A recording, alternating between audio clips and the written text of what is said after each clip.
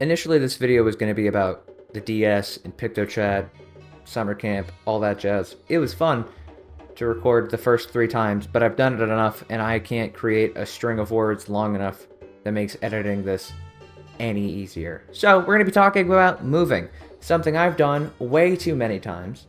But first off, let's explain what we're looking at here, because I'm not actively playing Minecraft, but this is from a stream. I sped it up in some areas, that way we can get to a conclusion of me building a house. So enjoy looking at that. I'm going to complain about moving and the entirety of that process now. Let's start with just trying to find somewhere to live. I've had an issue with this a number of times because it's either too expensive where you work and you kind of want to be semi-close to where you work, because driving in an hour and a half every day to make just a little over minimum wage is miserable. So you'll spend a little bit of extra money every month to be decently close, so you're only driving 30 minutes instead of the whole hour and a half. Or you just can't find somewhere to live.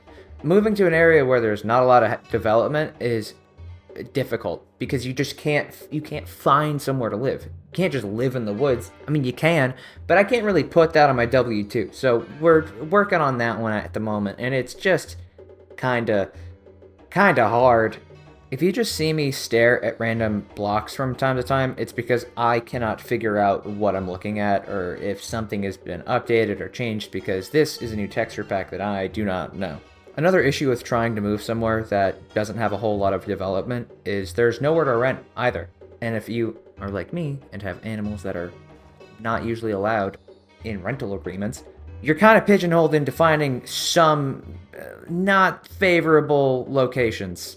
Sometimes it's somehow easier to just purchase a home when you're in the middle of nowhere, but that becomes an issue in of itself because you're going to be struggling to find a place that has intact walls or copper pipes sometimes, because something you gotta accept early on into house hunting is that not every house is meant for you, because you're going to be having a hell of a time trying to find your dream home when there's 6 that are available and maybe in your price range.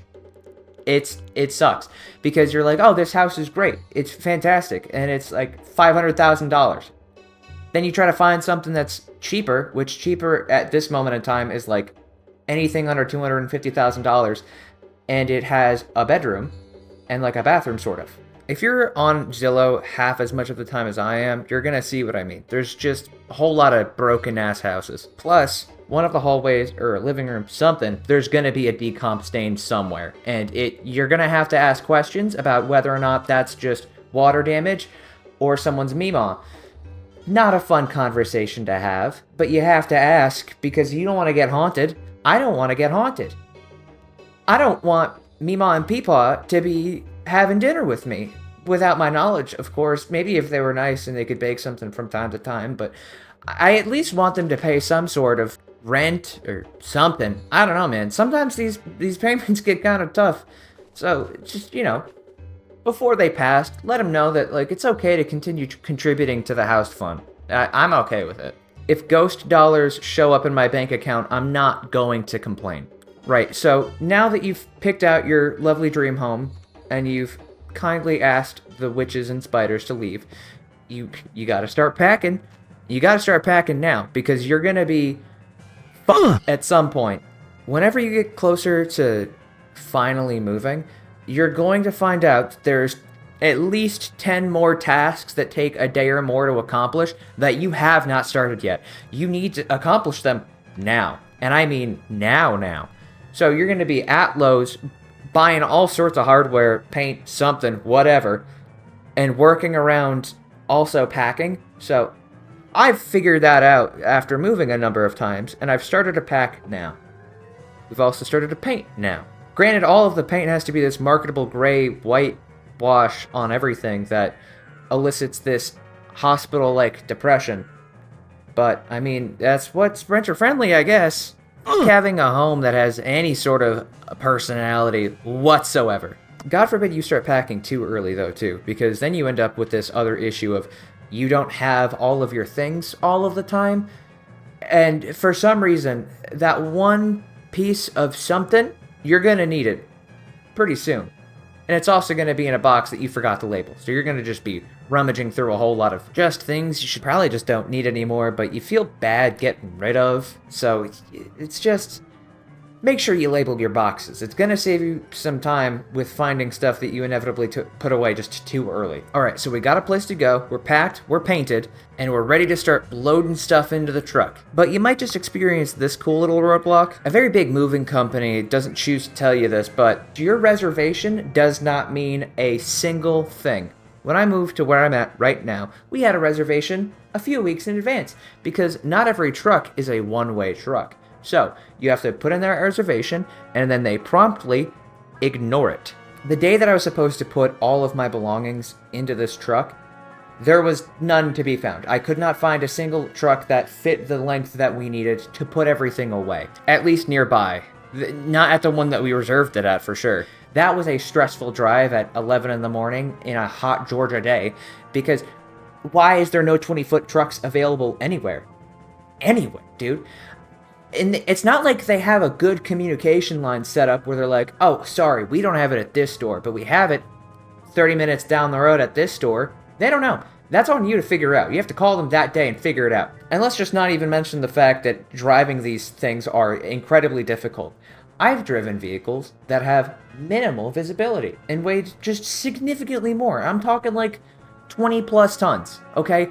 And this 20-foot moving truck is way harder and more confusing, because it's just, you don't want to jostle everything in the back around because you probably didn't pack it that well. I know I didn't. That's not my job. Although I am happy that they don't take diesel, because I don't want to drive that. Okay, that's just hard. I will forget to fill up the diff. Or is it def? I don't know, but there's an additional fluid included to the diesel that you have to purchase, and I forget about it. So if you're driving a diesel moving truck, do not forget about that, because you will break the vehicle. Packed, painted, and we're finally at our final location. Got our truck in hand, or in the seat of, and we're going to our new place. And I hope that the next time that you have to move, it is not during the summer or winter, because moving in the hot or cold is just a level of misery that I never want anyone else to experience. Especially the summer, dude. Summer in the South is rough, because it's always humid. It's like you're standing in a shower. I'd like to imagine that my relationship is pretty stable, but there's been few things that have tested us quite as well as a couch that is cumbersome and the weather that's in the 90s. Moving couches makes me just kind of want to eat a fistful of pebbles. There's few items that are really kind of hard to move. Washing machine, dryer, you can do that. They're square, so you can just kind of put it on the dolly and move it in and out. Bed frames, as long as you can collapse it well enough, also not too bad. Desks, they're a little hard, but they're light, so you just kind of have to work it through the hallways and the doors. Now, the couches. The couches are heavy, and they're staples, so you should just probably grab gloves, but you're not going to remember to grab gloves because you, for some reason, have to go meet with the landlord about all the things that you're going to have to fix. So, you're not going to remember the gloves on moving day, and now you're working your fingers around not grabbing a fistful of metal. It's just not good. It's not good. I think I would rather just get rid of the couches. I think we're going to just get rid of the couches. All right, so we're done with moving. We're finally at our new place.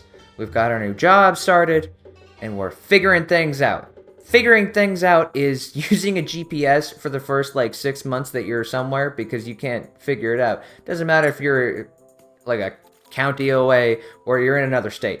You're not going to be able to know where you're going all of the time. If you luck out and everything's built around a highway, it's not too bad. But the Northeast and the Southeast, we have this issue where everything was built prior to this grid formation that the rest of the country has. So you're going around these rivers and valleys and mountains, and everything's kind of built around it. So it's not like you can just take one road and follow it till you get to your destination, because everything's connected to one road. No, you have to drive through lands that were clearly stolen some 100 years ago, and eventually you'll figure it out. Also, you're not going to have service for your GPS, so you better memorize that map early. There are some positives, I think. One of my favorite things about moving, at least when you finally settle down and you're done with all of the other headache stuff, is when you get to go to like Walmart or your supermarket for the first time, whatever it is. I think that's fun. I have a good time doing that. Learning what all the new stuff is around you, sometimes that's pretty neat. Unless you're like in the Midwest and Missouri, that's not as ideal. But I think it's cool immersing yourself in whatever the new area has to offer with the locals and whatever you got else. I think that's cool. I like meeting new people. If I had to offer any advice on moving, I think I could say a few things. I could say a few things for sure. Have a friend with a truck, first and foremost. You should just do that. Because you're not going to be able to move everything that you need to on your own unless you go rent yourself one. So, have a buddy with a truck. Also, hopefully, you can pay your friends to help you move in, like, pizza or some sort of substance. Because I'm not hiring movers. Every experience that I've had with movers has been secondhand, and it's never been a good thing. So, have some good friends that can help you move. Have a friend with a truck.